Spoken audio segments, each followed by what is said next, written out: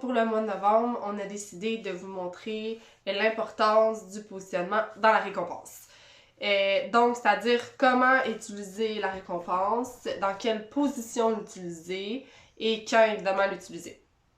Donc, ça va vraiment vous donner des pistes et des trucs qui vont faire que vous allez avoir plus de progrès ou que vos entraînements, vous allez avoir plus de progrès rapidement dans vos entraînements. Donc, ça va vraiment vous aider à structurer le tout et ça va vous donner des outils aussi pour vos séances futures. Donc, on va parler de deux grands renforçateurs qui sont utilisés dans la majorité du temps. Il va y avoir le renforçateur alimentaire, qui est la nourriture qu'on utilise pour motiver le chien à créer des comportements. Il va y avoir aussi le renforçateur du jeu. Donc, on utilise le jeu pour récompenser le chien. Il y a plusieurs différences, il va y avoir plusieurs raisons pourquoi utiliser l'un ou l'autre.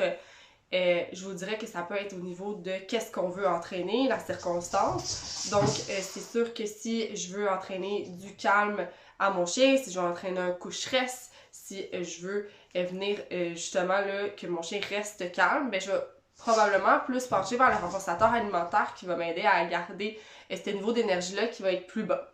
Et si, par exemple, je veux travailler un exercice qui nécessite plus d'engagement, de drive chez le chien, de vitesse, d'excitation, exemple comme un rappel, je vais, par exemple, vouloir peut-être plus utiliser le jeu pour renforcer ces comportements-là. Un jeu qui va venir exciter le chien et qui va venir justement encourager tous les comportements que j'ai mentionnés. Il va y avoir aussi là, une grosse... qu'est-ce qui va pencher dans la balance? Il va y avoir aussi les préférences du chien. Donc, c'est tous des actes vivants qui sont différents. Il va y avoir des chiens qui vont être bien plus motivés avec la nourriture que le jeu. Donc, dans ce cas-là, je vais utiliser probablement plus la nourriture dans mes entraînements, même peut-être toutes les sortes d'entraînements. Il va y avoir des chiens, par contre, que la nourriture a un plus faible impact sur comment ils répondent aux entraînements, aux séances d'entraînement, aux exercices. Donc, on va vouloir utiliser le jeu là, pour motiver peut-être même plus en tout temps ce genre de chien-là. Des fois, il va y avoir la race qui va venir peser dans la balance, puis il va y avoir aussi peut-être l'âge, les préférences aussi des chiens. On va aussi parler de quand l'utiliser, on va parler de comment l'utiliser, mettons comme le jeu, pour comment l'utiliser. On va aussi parler de comment utiliser la nourriture pour pas tomber dans une espèce là, de toujours avoir à leurrer le chien avec la nourriture pour qu'il crée les comportements qu'on veut.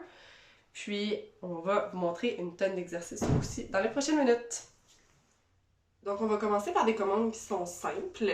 Je vais demander des commandes comme assis, couché, puis menton, donc les commandes qu'on a vues là, dans les autres défis du mois. Je vais utiliser un renforçateur alimentaire pour ce genre de commandes-là pour le moment. C'est des commandes que, normalement, moi, je veux que mon chien soit dans le calme.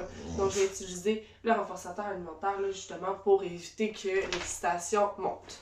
Donc, si on commence avec, exemple, un assis. Je vais enlever mon chien. Assis. Yes. Donc, ça va être super important que ma nourriture arrive quand que ses fesses sont au sol. Donc, quand je donne la nourriture, il n'y a pas une patte dans les airs, qu'il n'y ait pas les fesses qui se lèvent du sol. Ma nourriture est vraiment donnée quand que ses fesses sont au sol. Puis, on voit là, le mouvement de tête qui vient essayer de chercher la nourriture avant que je donne. Souvent, vient générer un comportement qu'on ne veut pas, comme justement les fesses qui se lèvent ou les pattes qui sautent ou quoi que ce soit. Si je demande par exemple un couche, yes, ça va être important à ce moment-là que la récompense se donne au moment où, dans la position où mon chien a les coudes au sol. Donc les coudes sont toujours bien au sol, la position est couchée. Okay? Donc on ne veut pas des fesses semi-levées, on veut vraiment que payer dans la bonne position, que c'est les coudes au sol, les fesses au sol et le chien est en position couchée. Si, exemple, je paierais de cette façon-là, ça implique que mon chien veut aller chercher la nourriture plus en hauteur, donc je paye plus pour un demi-assis. Donc vraiment là, c'est important de payer dans la bonne position. Si par exemple, je demande la commande menton, c'est une commande où ce que je demande au chien de déposer sa tête dans ma main, ben ça va être important à ce moment-là que la paye arrive une fois que sa tête est dans la main. Menton. Yes. Donc, encore une fois, la nourriture est donnée quand que sa tête est dans la main. C'est vraiment important de payer dans la bonne position. On va recommencer. Menton. Yes. Donc, je donne la nourriture dans sa main. Dans la main. Dans la tête, quand sa tête est dans la main. Super. Si, par exemple, j'essaie de bâtir, construire un comportement, j'essaie d'apprendre un nouveau comportement à mon chien. Exemple, si je prends, par exemple, fais le beau, qu'on demande au chien là, de lever les pattes du devant et de rester assis, ben pour le construire, le comportement, que le chien comprenne vraiment que c'est la position d'avoir les deux pattes du devant dans les airs et les fesses au sol, il va vraiment falloir que la nourriture se donne dans cette position-là. Surtout dans un moment où le comportement est en train de se faire construire. Donc, quand on commence un nouveau comportement et qu'on veut le leurrer jusque dans la bonne position, yes! Ça va être important que la nourriture, je la lâche quand que ces deux pattes du devant décollent du sol. Donc, ça va vraiment être à ce moment-là. C'est une question de timing aussi. Donc, je vais recommencer. Yes! Donc, la nourriture se donne vraiment au moment où les deux pattes décollent du sol. Yes! Donc, de cette façon-là, on est vraiment très clair. Mes mouvements sont clairs. La nourriture se donne de façon claire aussi. Donc, le chien comprend vraiment plus rapidement quoi faire. Et c'est vraiment important justement là, pour que votre entraînement avance rapidement. Souvent, on est coincé, on n'avance pas, on se demande pourquoi. Mais essayez de réviser là, justement vos étapes pour apprendre un nouveau comportement ou qu'est-ce qui se passe là, justement, est-ce que vous faites trop de mouvements, quand est-ce que la nourriture elle arrive, si c'est pas au bon timing, le chien, on est en train de conditionner un autre comportement peut-être.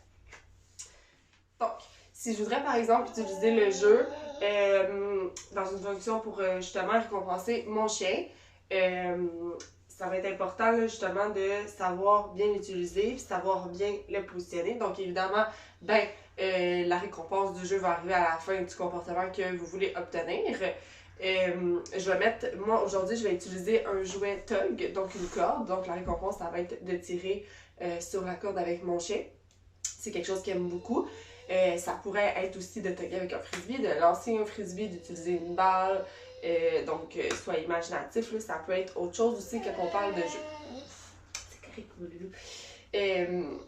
Donc, c'est ça. Donc, mettons, je vais lui demander peut-être un petit peu plus de tours de fantaisie pour cette séquence-là. Et puis, la récompense va être ensuite le jeu. C'est ça comme ici. Fais le beau. Toi. De l'autre côté. Yes! Good job! Good job! Good job! Yay! Super! Dans la prochaine vidéo, je pratique une marche en laisse. Donc, ça va être un petit segment. Donc, je pratique la marche en laisse au pied. Puis, la récompense à la fin, c'est de tugger sur la corde. Donc, c'est possible aussi de faire une belle marche au pied. Le chien est super engagé dans mon exercice. Puis, à la fin, la récompense, c'est de tugger avec sa corde. Et vous allez voir que ma corde est attachée ici, donc après ma pochette. Ça pourrait être dans la poche, ça pourrait être dans le dos. Donc, ça va être l'endroit où ça va être placé pendant l'exercice. Puis à la fin, je la sors, je mets mon marqueur vocal, je la sors et je tug avec mon chien. C'est bien? Ok.